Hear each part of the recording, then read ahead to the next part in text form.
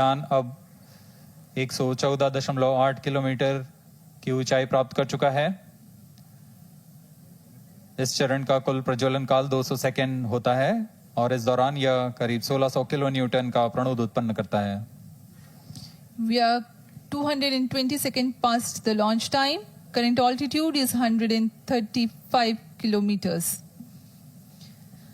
In the 200 seconds of its operation, the L-110 stage carries the rocket up to 175.5 kilometers altitude and imparts a relative velocity of 4.18 kilometers per second, that is 250 kilometers every minute.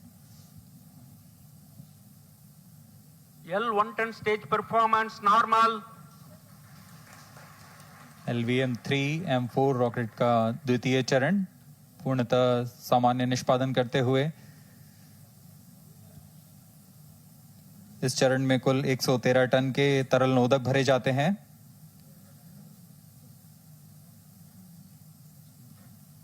N2O4 तथा UH-25 अर्थ storable propellant को ईंधन के रूप में प्रयोग किया जाता है इस चरण में।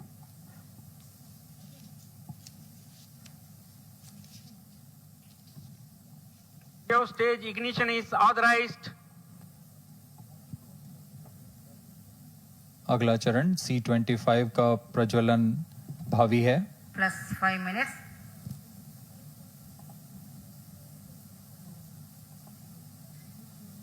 L-110 stage thrust cut off and separated to C-25 ignition command. 25 ignition confirmed. That's a piece of really good news that the third stage has started its operation. The C-25 stage has been ignited. जी हाँ, एक बहुत ही जटिल प्रक्रिया होती है cryo engine का ignition और इसके प्रज्वलन के साथ ही तालियों की गड़गड़ाहट से गूंज उठा है मिशन नियंत्रण कक्ष। तृतीय चरण C-25 वर्तमान में प्रणोद उत्पन्न कर रहा है। पूर्णतः सामान्य, सभी तंत्र पूर्णतः सामान्य हैं। 118 kilonewtons thrust in vacuum is what the stage develops with its 28.6 tons propellant combination of liquid hydrogen and liquid oxygen. Present altitude Stage is performance normal. तृतीय और यह अंतिम चरण है इस यान का C-25। यह क्रायो ईंधन पर आधारित चरण है जिसमें लिक्विड हाइड्रोजन, लिक्विड ऑक्सीजन का इस्तेमाल होता है। इसमें कुल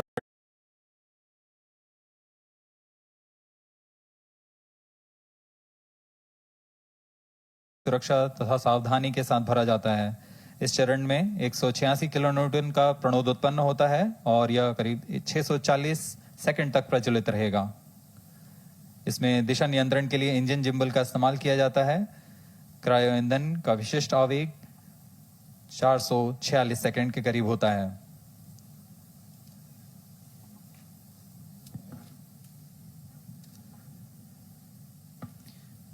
currently the rocket is at an altitude of 210 kilometers. Plus 7 minutes. While there is no much variation in altitude, this stage will add to the relative velocity immensely.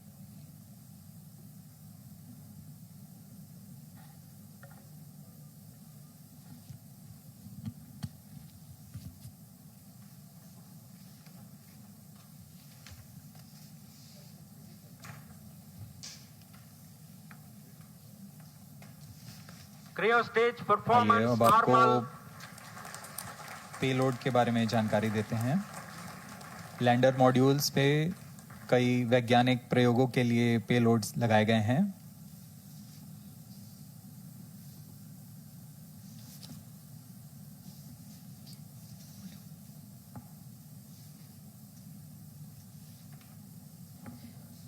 India's prestigious lunar landing spacecraft Chandrayaan-3 moving closer to its intended injection spot in the orbit. The propulsion module provides propulsion for earthbound maneuvers, translunar injection, and moonbound orbits. It also has a payload to study the spectral and polarimetric measurements of Earth and lunar orbit. The abbreviated name of the payload is SHAPE.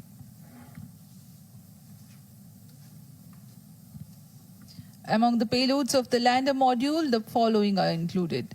A Langmuir probe called Rambha to measure the near-surface plasma density, that is the density of ions and electrons, and its changes with time. The second payload is Chandra's Surface Thermophysical Experiment, or CHASTE, to measure thermal properties of lunar surface near polar regions. To measure the seismicity around the landing site and delineating the of the lunar crust and mantle, payload ILSA is there. The rover, after its descent, will further the Rio scientific stage study performance objectives normal. through its own payloads. For better understanding of chemical and mineralogical composition of lunar surface, LIBS, or laser-induced breakdown spectroscope, is included. Another payload is the alpha particle X-ray spectrometer. जी हाँ, lander module में 3 payload हैं, rover में 2 और propulsion module में 1 payload भेजा गया है। चंद्रयान 3 के स्वदेशी लैंडर और रोवर में नितभारों का इस्तेमाल किया जा रहा है। यह अंतर्ग्रही मिशन के लिए भी आवश्यक तकनीकों का प्रदर्शन करेंगे। लैंडर के पास यह क्षमता है कि वह चंद्रमा की उबड़-खाबड़ सतह में भी बड़ी सावधानी से उतर सकेगा और रोवर को बाहर लाने के लिए और संचार सुविधाएं प्रदान करने के लिए सक्षम होगा। चंद्रयान 3 के लैंडर और रोवर में कुल 6 नितभार हैं।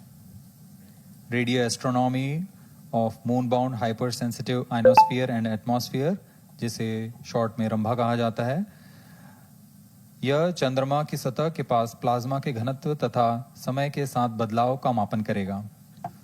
इसके बाद चंद्र सरफेस थर्मोफिजिकल एक्सपेरिमेंट चंद्रमा के ध्रुवीय सतह के आसपास की थर्मल प्रॉपर्टीज का मापन करेगा। Instrument for lunar seismic activity landing site के आसपास के क्षेत्र में भूकंप जैसी गतिविधियों का पता लगाएगा। रोवर में चंद्रमा की सतह के तत्वात्मक विश्लेषण के लिए लेजर इंड्यूस्ड ब्रेकडाउन स्पेक्ट्रोस्कोप और अल्फा पार्टिकल एक्सरे स्पेक्ट्रोस्कोप इसका इस्तेमाल किया जा रहा है। एक बहुत ही दिलचस्प वैज्ञानिक निर्धार है shape स्पेक्ट्रोपोलैरिमेट्री of habitable planet earth, जो कि चंद्रमा से पृथ्वी से परावर्तित नियर इंफ्रारेड किरणों का